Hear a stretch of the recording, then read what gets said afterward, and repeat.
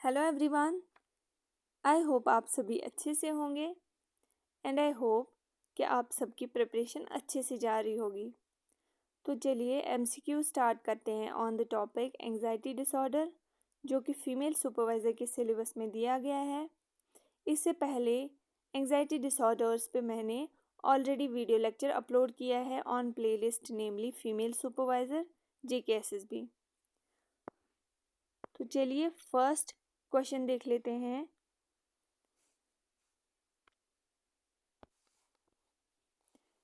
Excessive and unrealistic worry about various aspects of life, difficulty concentrating, muscle tension, and sleep disturbances are symptoms of. First option is panic disorder, second is specific phobia, third is generalized anxiety disorder GAD, fourth is social anxiety disorder। इसमें बताया गया है कि excessive worry किस चीज़ में होता है, किस डिसऑर्डर में होता है, जहाँ पे कोई कंसंट्रेट नहीं कर पाता, उसकी मसल्स में टेंशन आ जाता है, फटीग रहता है और उसको सोने में भी डिफ़िकल्टी होती है।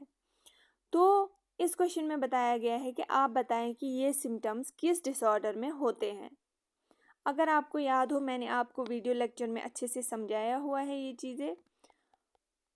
तो इसका ऑप्शन आप पहले अपने दिमाग में सोचें, तो मैं आपको बता देती हूँ इसका आंसर क्या है। Answer is option C, generalized anxiety disorder. मैंने आपको हर किसी डिसऑर्डर के सिम्टम्स बताए थे। तो आई होप कि आपको वीडियो अच्छा लगा और यहाँ पे आपकी इस क्वेश्चन में हेल्प हुई। तो ये था इसका ऑप्शन नंबर सी।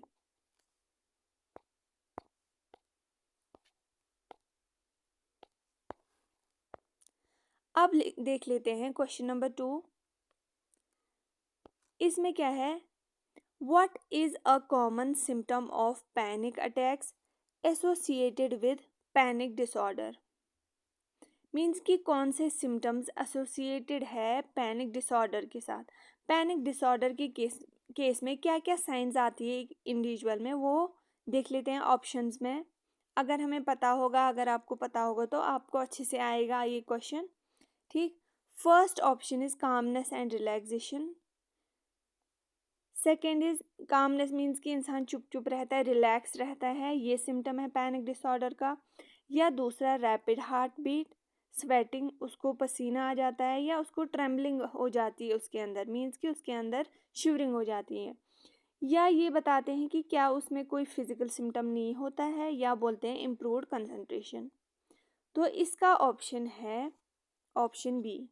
सीधी सी बात है, जिसके अंदर ये डिसऑर्डर होगा उसके अंदर कामनेस तो बिल्कुल नहीं होगी, फिजिकल सिम्टम्स तो होंगे ही होंगे उसके अंदर, और वो कंसंट्रेट भी नहीं कर पाएगा। उसके अंदर इम्प्रूव्ड कंसंट्रेशन तो बिल्कुल नहीं होगी, वो कंसंट्रेट कर ही नहीं पाएगा जिसके अंदर पैनिक डिसऑर्डर होगा।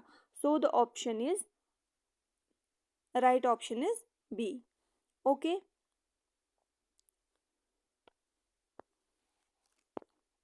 अब देख लेते हैं question number 3। What is the common characteristics of individuals with social anxiety disorder? ये बोलते हैं कि जिस इंसान के अंदर सोशल एंजाइटी डिसऑर्डर होगा SAD, तो उसके अंदर क्या क्या कैरेक्टरिस्टिक्स होंगे, वो देख लेते हैं हम ऑप्शन कौन सा सही होगा। फर्स्ट ऑप्शन देख लेते हैं, fear of heights. Second is fear of germs, fear of social scrutiny and embarrassment, fourth is fear of flying. तो इसका सही आंसर है option C. Okay, this one is right, option C.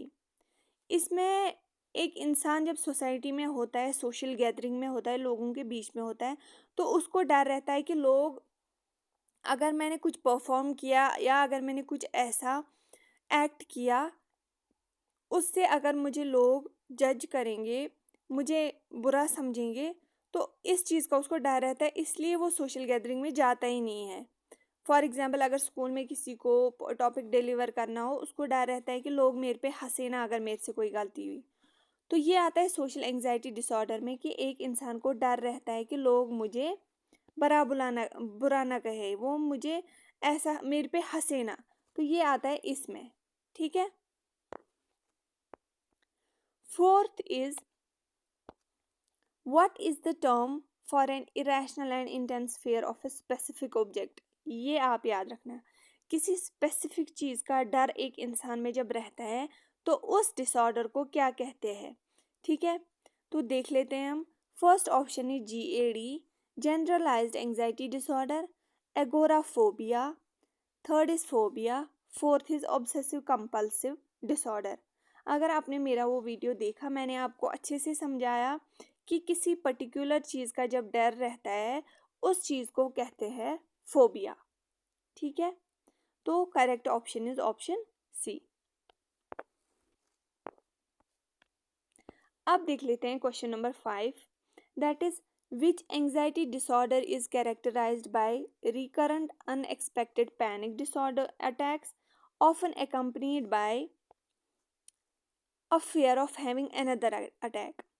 Means कि एक इंसान सोचता है अगर मेरे साथ ये हुआ तो उसको उस चीज़ को सोच के दूसरा अटैक आने लगता है। ठीक, जैसे मैंने पहले भी बोला उस वीडियो में कि जब एक इंसान होता है उसको कभी गलती से हार्ट में कुछ प्रॉब्लम हो जाती कमज़ोरी की वजह से, तो उसको लिया जाता है डॉक्टर के पास। ठीक है, डॉक्टर बोलता है कि इसको ध्यान रखना है, थोड़ा हार्ट में प्रॉब्लम है, इसको कमज़ोरी की वजह से है। ठीक है, ये हो गया, उसको थोड़ा पैनिक अटैक्स आ गए। ठीक है, तो लेकिन जब वो धीरे धीरे कभी उसको होता ही नहीं है हार्ट में प्रॉब्लम, लेकिन वो सोचता है कि पता नहीं अगर मैं ऐसे करूँगा मुझे हार्ट पे प्रॉब्लम होगी, पता नहीं अगर मैंने वैसे किया तो मुझे हार्ट में प्रॉब्लम होगी। तो ये धीरे धीरे जो उसको गलती से कभी हार्ट में कुछ हुआ था, अब वो ठीक है लेकिन सोच में वो सोच रहा है कि मुझे कुछ हार्ट में प्रॉब्लम है। अब ये पैनिक अटैक कन्वर्ट होता है टू पैनिक डिसऑर्डर। ठीक है, so the correct option is panic disorder. अब देख लेते हैं हम question number 6, an anxiety disorder is. Anxiety disorder हम किसको कहते हैं? An emotional state identified by panic attacks, an emotional condition classified by excessive checking, disorder thinking, an excessive और aroused state characterised by feeling of apprehension, uncertainty and fear. Apprehension means feeling of fear, जिसमें इंसान डरता है और सोचता है कुछ बुरा होगा मेरे साथ। सो the correct option is D. ठीक है, एंग्जाइटी डिसऑर्डर उसको बोलते हैं जिसमें बहुत सारी फीलिंग्स आती है इंसान के मन में कि कुछ मेरे साथ गलत होगा, अगर मैं उधर गया तो मेरे साथ, अगर मैं फ़्लाइट में चढ़ा कहीं फ़्लाइट क्रैश ही ना हो जाए, एरोप्लेन क्रैश ही ना हो जाए, तो उस वजह से ये कुछ उसके दिमाग में होता है, जैसे कि जो कि बिल्कुल नहीं होता कि वो हो जाए, वो ऐसे कुछ भी सोचता रहता है, तो उसको बोलते हैं anxiety disorder. Question number 7 is specific phobia are defined as. Specific phobia किसको कहते हैं? First is excessive worry about excessive worry triggered by a specific object or situation, an abnormal sensitivity to light, an excessive, unreasonable, persistent fear triggered by a specific object or situation, a persistent fear of social situation। यहाँ पे अगर आप keyword देखेंगे, यहाँ पे भी specific है, यहाँ पे भी स्पेसिफिक है, तो यहाँ पे अनरीजनेबल लेके रहता है, मीन्स कि बिना किसी वजह के उसको डर रहता है। ठीक है, वो किसी चीज़ से डरता है, कॉकरोच से कोई डरता है, उसको पता नहीं होता कि किस वजह से मुझे इस चीज़ से डर रहता है, वो खुद ही उसके अंदर डेवलप हो जाता है। ठीक है, अनरीजनेबल डर रहता है किसी पर्टिकुलर चीज़ के related. So the correct option is option C. Okay, तो चलिए अब देख लेते हैं question number 8। Question further start करने से पहले मैं बताना चाहती हूँ, अगर आपको यहाँ तक वीडियोस अच्छे, ये जो टॉपिक्स हैं, ये जो मेरे टॉपिक्स हैं या ये जो क्वेश्चंस हैं, इस टॉपिक के रिलेटेड अगर आप सबको ये इन्फॉर्मेटिव लगे, अच्छे लगे, देन आप इस वीडियो को लाइक करें और शेयर करें ज़्यादा से ज़्यादा। नए हैं मेरी चैनल पे तो सब्सक्राइब करें मेरी चैनल को, क्योंकि मेरी चैनल पे फीमेल सुपरवाइज़र के सारे टॉपिक्स अवेलेबल है, मैक्सिमम आई मीन टू से on playlist namely female supervisor. और इस पे मैं अब आज से MCQs भी लाऊंगी, जो जो टॉपिक्स मैं कवर कराऊंगी साथ साथ में उसके लिए MCQs भी लाऊंगी। तो आप सब सब्सक्राइब करें और कमेंट्स में मेंशन करें पॉजिटिव वे में कि आपको ये वीडियो कैसा लगा और आप किस डिस्ट्रिक्ट से ये वीडियो देख रहे हैं, ठीक है। और फॉर अ सेकेंड मेरे लिए दुआ किया करें। तो चलिए देख लेते हैं question number 8। In phobia, individuals acquire a strong set of phobic belief which option number A, information about why they think the phobia is threatening. Option B, how to react when they are in the phobic situation. Appear to control their fear. Option D, all of the above. So the correct option is D. All of the above are correct. ठीक है। Phobia question का मतलब है कि phobia में एक individual जो है वो strong set of phobic believes जो है एक्वायर करता है, तभी वो चीज़ों से डरता है, ठीक है। Question number 9, which of the following is a predominant evolutionary theory of phobias. Phobias के रिलेटेड इस इन ऑप्शंस में कौन सा प्रिडोमिनेंट इवोल्यूशनरी थ्योरी है related to the phobias. First is non associative fear acquisition, B is learn fear responses, C is biological preparedness, and D is specific phobia acquisition. So the correct option is option C. Okay, option C. Question number 10. Recent evidence suggested that at least some phobias are closely associated with the emotions of anger, disgust, exhilaration, sadness.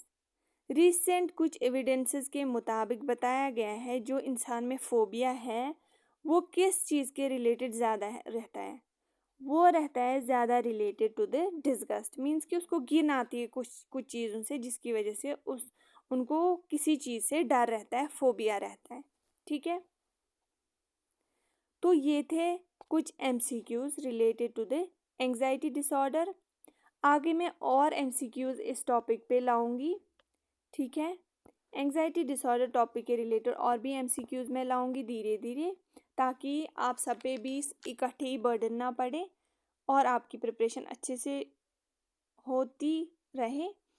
और जो बाकी topics है जिस पे मैंने already videos upload किए हैं, मैं उस पर भी MCQs लाना आज से स्टार्ट करूँगी। तो चलिए, all the best for your exams and thank you so much for watching my videos. All the best for your exams.